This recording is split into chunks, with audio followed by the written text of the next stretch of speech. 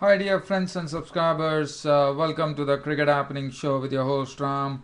And being on a Sunday, a public holiday, the crowd really would have loved every bit of it. As in one particular match, it was the Mumbai Indians versus the Chennai Super Kings. And Mumbai Indians this match once again going to the wire.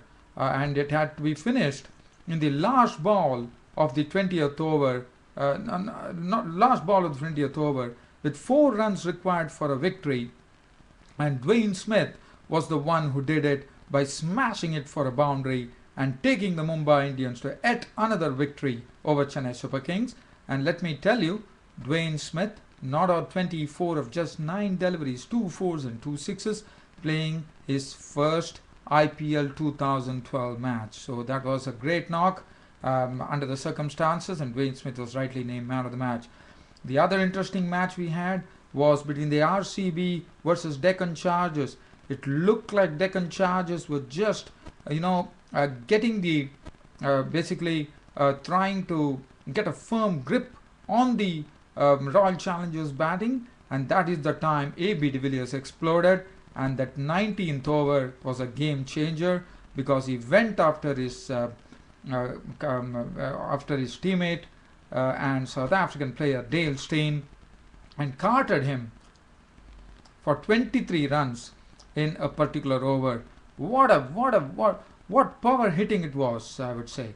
And then in the last over, he made sure that they didn't want the 20th over to happen, and he cleared up things by smashing in the 19th over, taking lots of runs, probably 16 runs, and finishing off the match in the 19th over.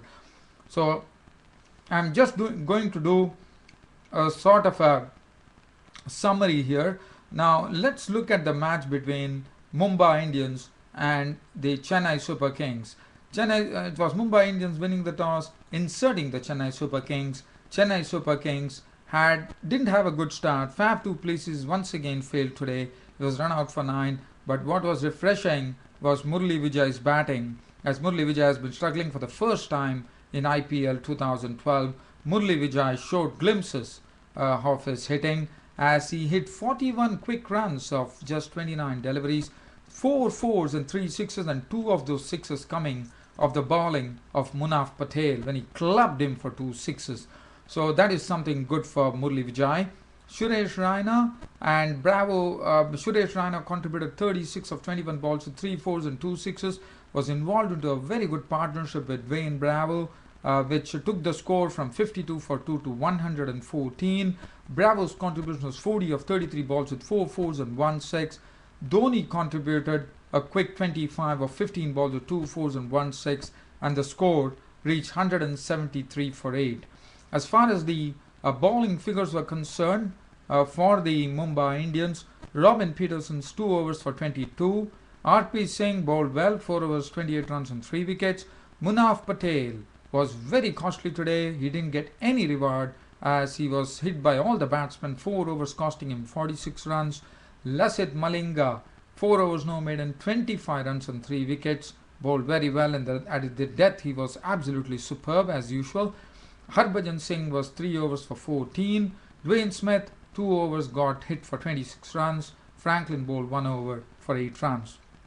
Mumbai Indians, in reply to the score of 173 for 8, they lost James Franklin pretty early. He was a victim of hilfenhaus for 1. But Sachin Tendulkar and Rohit Sharma then came together in a stand which was worth 126 runs, and it was so good that they really played their part there, with both the batsmen playing some percentage strokes, but always scoring a lot of boundaries, and that's what was important. Tendulkar scored 74 of just 44 deliveries, 11 fours and 1 six. Rohit Sharma was also looking very good on 60 of 46 balls with 6 fours and 2 sixes, and this partnership was doing everything for them, and they had taken the score on to 134. But with the falling of Sachin Tendulkar, suddenly it seemed like Chennai Super Kings was slowly getting into the match, because Sachin Tendulkar skied a ball from Ravichandran Ashwin. He was out for 74 of 44 balls, 11 fours and 1 6. But after that, there was no support. Rohit Sharma was there at the other end. Dinesh Karthik came in, clean bowled by Dwayne Bravo for 11 of 5 balls with 2 fours. Ambati Rayudu left, clean bowled by Ravindra Jadeja for a duck. And there was no support absolutely for Rohit Sharma. And Rohit Sharma himself succumbed with the score on 149 in the 18th over, leaving the Mumbai Indians with a task of 25 to get. But that was something which was what happened was Robin Peterson was run out for a duck. Harbhajan Singh followed him to the pavilion, caught by the substitute of the bowling of Dwayne Bravo for a duck. And Lasith Malinga, and this was the last over which was bowled by Ben Hilfenhaus. And what an over it was.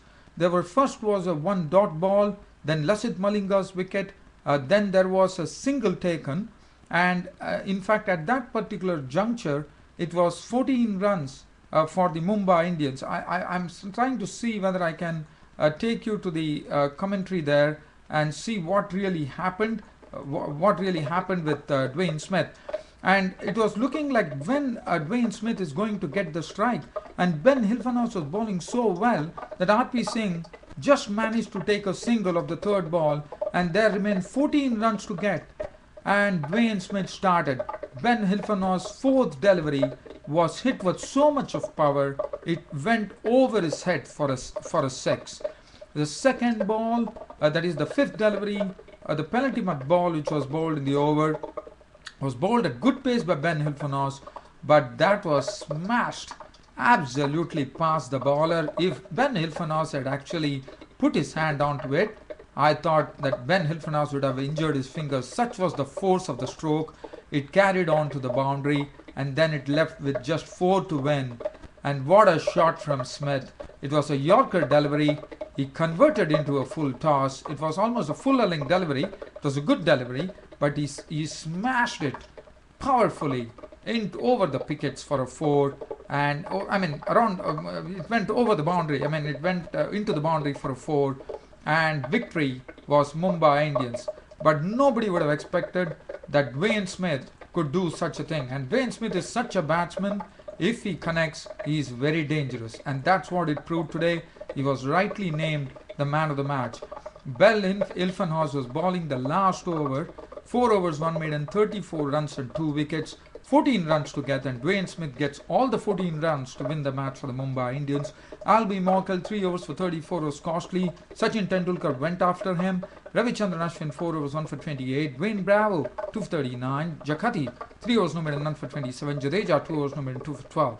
Now let us talk about the other match which happened between this was a match between Deccan Chargers and Royal Challengers Bangalore, and Royal Challengers Bangalore winning the match by 5 wickets in real style, I would say, thanks to A.B. de Villiers, who was the man of the match, with such a knock, which was such a hurting knock, I would say, because Deccan Chargers batted first. Daniel Harris getting his chance today, played very well. It was Shikhar Dhawan who was the informed batsman, and both of them put up opening partnership of 86 for the first wicket, with Daniel Harris contributing 47 of 41 balls, 2 4s and 4 6s, and all his 6s were hit on the leg side.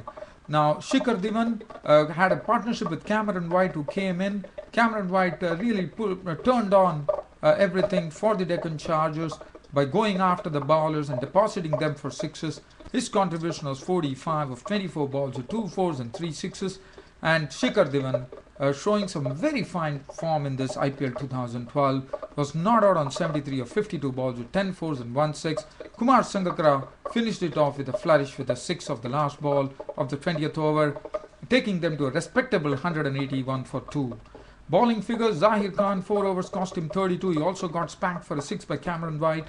Abhimanyu Matin, 3 overs, cost him 33 runs. Had a first look in today. Prashant Parmeshwaran, as usual, costly. 4 overs, 45 runs, 1 wicket. Muthiah Muralidharan played today in place of Vettori. Really made it count. 4 overs, no maiden, none for 18. Very economical.